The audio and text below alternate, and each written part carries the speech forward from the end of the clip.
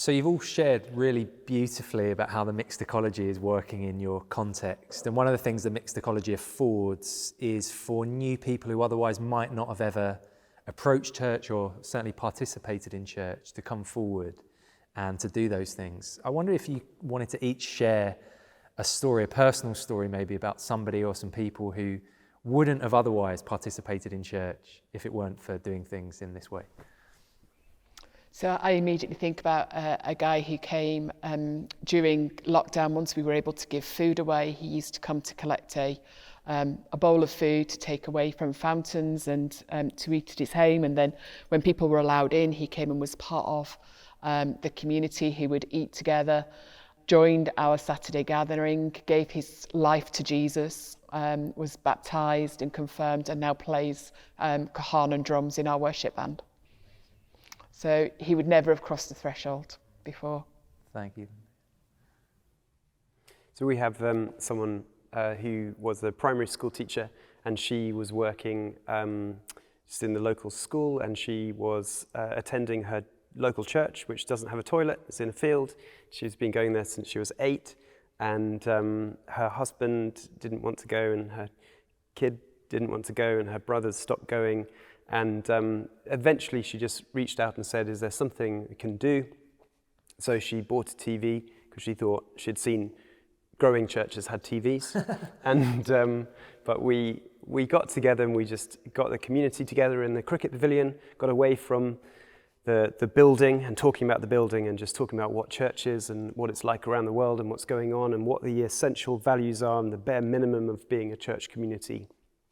And someone put their hand up in that meeting and said, if we kept on meeting like this, it would be fantastic. So we did, and she leads it. And first of all, we did an apprenticeship, so I started, and then she followed, and then she started leading, and then eventually it just stopped doing anything, and she is leading the whole thing. And she's absolutely amazing. And then we baptized 2 new Christians just a few months ago who came through that cricket pavilion church, and it's fantastic. There is someone I know who wouldn't be leading a church if mixed ecology wasn't a thing, and that's actually me. Like I wouldn't be leading a church if it meant having to do church on a Sunday. But then I thought that was cheating. I should really come up with with someone else. I think for the things that we've said, I was diagnosed with my ADHD quite late in life, at the age of 41, which only a few years ago. But I never thought I would be ordained in the church of England. I never thought I would be part of leadership and empowering other people to lead. But because of mixed ecology, because of pioneering, that really sets me on fire. That inspires me to engage people with the kingdom. And so through that, I found a way of expressing what I'm called to. Thanks, Phil. I think for me, it would be my leadership team, my local leadership team. Half of my local leadership team, they're Christians because a group of Christians went and shared Jesus with them. They could have gone to another church locally, but they didn't because the cultural distance was too big. They are so different than the estate is set in a really affluent area, so they are so different to the people in those churches, so they would never do that cultural journey. So it was really important that people went to them. And the other half of my local leadership team, although they'd come from kind of quite churched backgrounds, they are not your average leaders because of what they've been through, and people would look at them and they would dismiss them. And yet walking with them in that formation that has happened, and just seeing how they're becoming more and more like Jesus every day. They've started from a very different place.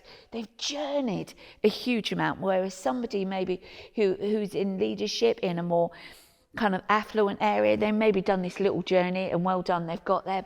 But my guys have really done a massive journey there. So I think they are my pride and my joy, my local leadership team.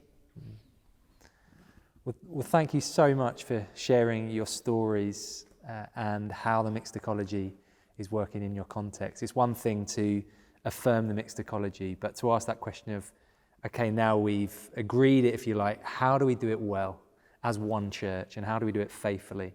And I'm so appreciative of the wisdom that you've brought. I feel real wisdom shared today. So thank you so much for what you've shared in this conversation.